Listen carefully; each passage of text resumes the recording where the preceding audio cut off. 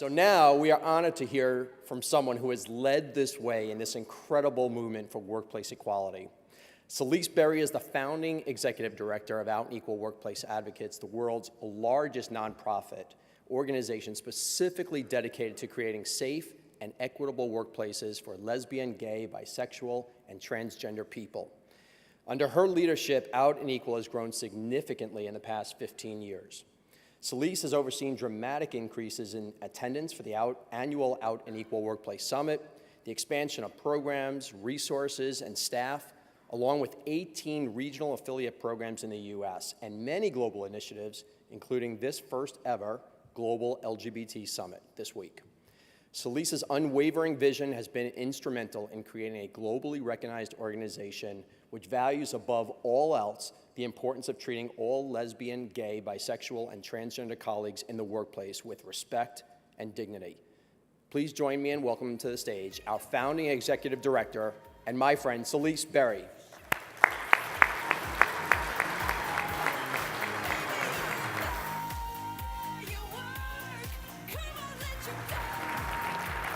Thank you, Mike. Well, good morning. Good. Good morning. Is everybody having a good summit? Well, I am. I'm thrilled to be here with all of you, and I'm especially thrilled to be in London. In the spirit of full disclosure and transparency, I'm actually quite an Anglophile. I love British novels, PG tips. And my favorite TV shows on my Facebook page are Absolutely Fabulous, of course, As Time Goes By, Ballykiss Angel, and of course the Vicar of Dibley. I think they were all series that ended in the 90s, but that's how long it takes to get British comedies in America.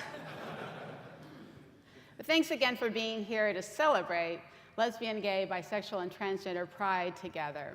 And again, a very special thank you to IBM for being our presenting sponsor for this event. And thanks to all of our generous sponsors. We couldn't do this important work without you. Since I started Out and Equal 15 years ago, we've achieved much more than I could ever have dreamed possible. And we've done it by creating a community of committed individuals, whether LGBT or ally, who are passionate about creating a more inclusive workplace for LGBT employees. In many ways, I was starting in an organization that I wish might have been there for me when I was struggling with my own issues around coming out. Like Vladi, I started my career as a teacher and a guidance counselor. That was a time in my life when I dated men and couldn't figure out why I kept falling in love with their sisters. I eventually moved to the San Francisco Bay Area to begin a new career as a Protestant minister. In the very first month of seminary, I finally came out to myself as a lesbian. Surprise! And at the very same time, realized that the Presbyterian Church was not quite as thrilled with this realization as I was. And I realized if I came out, if I chose to live my life honestly and openly, the church would not allow me to be an ordained minister. Regardless of my abilities, my passion, my commitment, I would not be allowed to follow my chosen career path. So during this time, I met a mentor who said to me, Selisse, how do you plan to talk to people about love as a minister if you can't talk about who you love?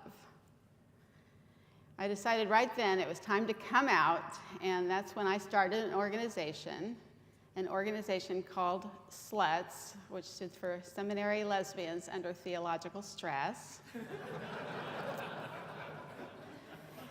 As you can imagine, the constituency was very committed but rather limited. So from there, thank you. From there, I went on to start Out and Equal Workplace Advocates, because I believe then, as I do now, that no one should ever have to choose between a career we love and living our lives with authenticity and integrity.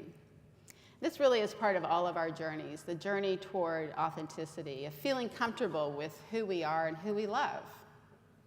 Have you noticed that when we're comfortable in who we are, other people just feel comfortable around us? And when we use our energy hiding who we are, changing pronouns, not letting people really know us, we live in a perpetual state of alienation. So our journey is to live into our beautiful, fun, and amazing selves. So once we embrace who we are, then it's time to reach out to others and make the journey an easier one for those who come after us. A year ago, I was invited to speak at the second LGBT Hungarian Business Forum in Budapest. I was one of the keynote speakers, and at one point I introduced my lovely wife, Cynthia, to the audience, and then went on to give, I'm sure, an inspirational and educational speech. So when it was time for Q&A, all anyone wanted to talk about was the fact that I had used the word wife to introduce Cynthia. They had really never heard that language used about a same-sex relationship. And they were delighted and surprised to even consider the possibility that the dream of true equality could one day be a reality. So all of their questions were about our wedding and what it was like to get legally married in that little window of opportunity we had once upon a time in the state of California. It'll happen again. But they had a hard time believing marriage equality could become a reality in Hungary. We really are a global family, and I think for everyone, regardless of where you live, coming out is a vital part of our journey as LGBT people and our allies. But it doesn't mean we can just sit back and watch the world go by. Once we come out and live authentically, then it's time to reach out to others and work to make a difference for the broader community. Claudia Bryn Woody is an example of someone who's always looking to make a difference on the global stage. She's someone who embodies the World Pride theme, today London, tomorrow the world. Claudia is Vice President and Managing Director for IBM, and her job takes her all over the world.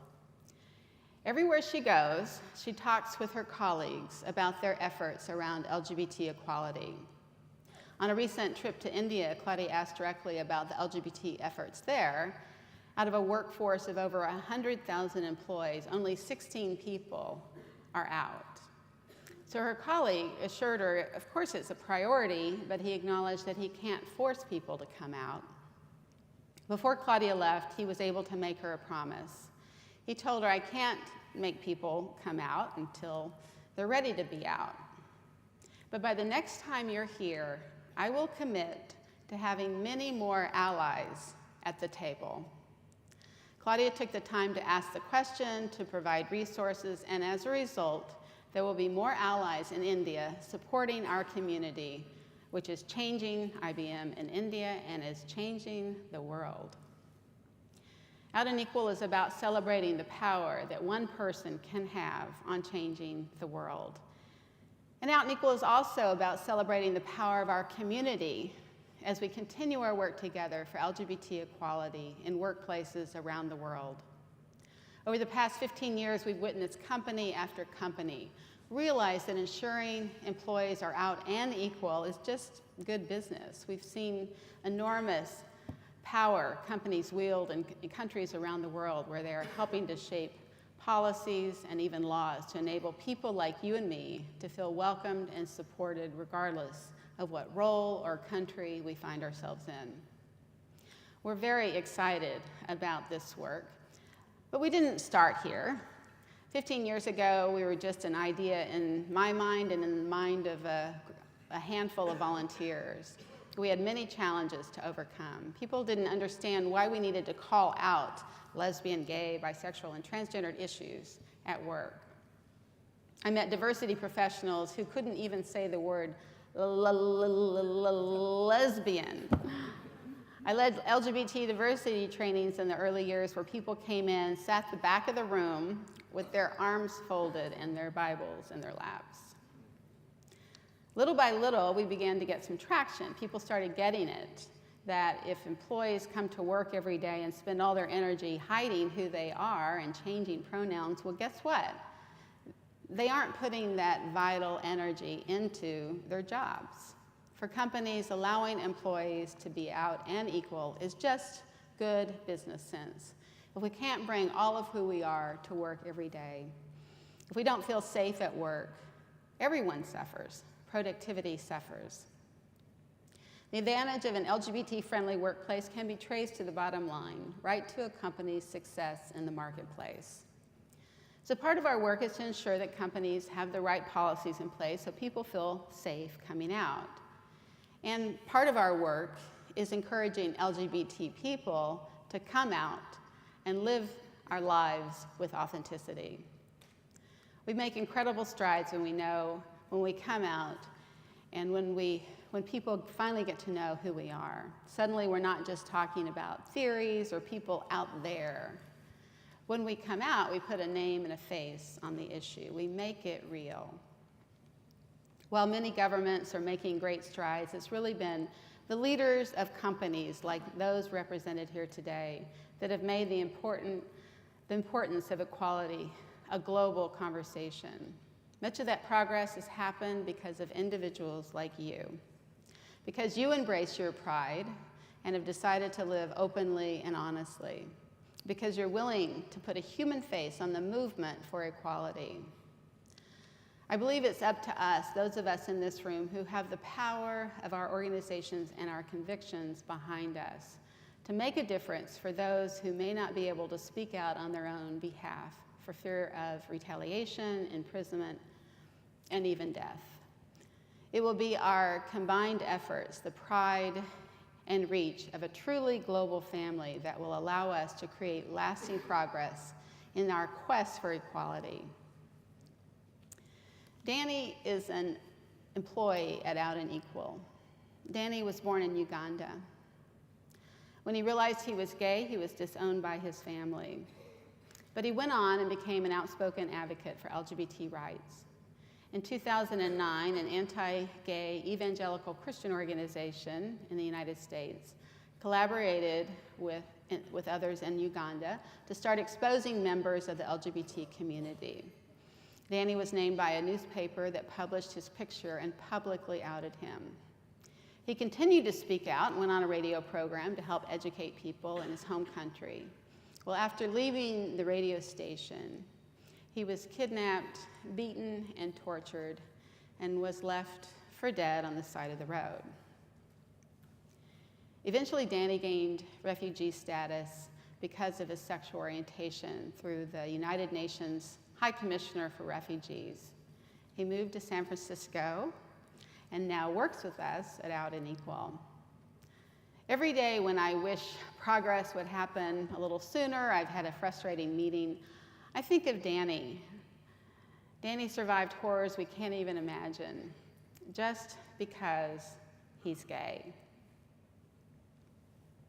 Danny can't go back to Uganda, but in many ways, Danny's inner strength sustains him, and his story of survival and resiliency gives me hope every single day. We still have a long way to go, but all I have to do is look around this room, and I know that anything is possible. To a small group of LGBT business leaders in Budapest, the vision of marriage equality will become a reality. To the LGBT people in India, they know the number of supportive allies will continue to grow and continue to make a difference. For a young man from Uganda, living his life as an out, proud, gay man is now a reality.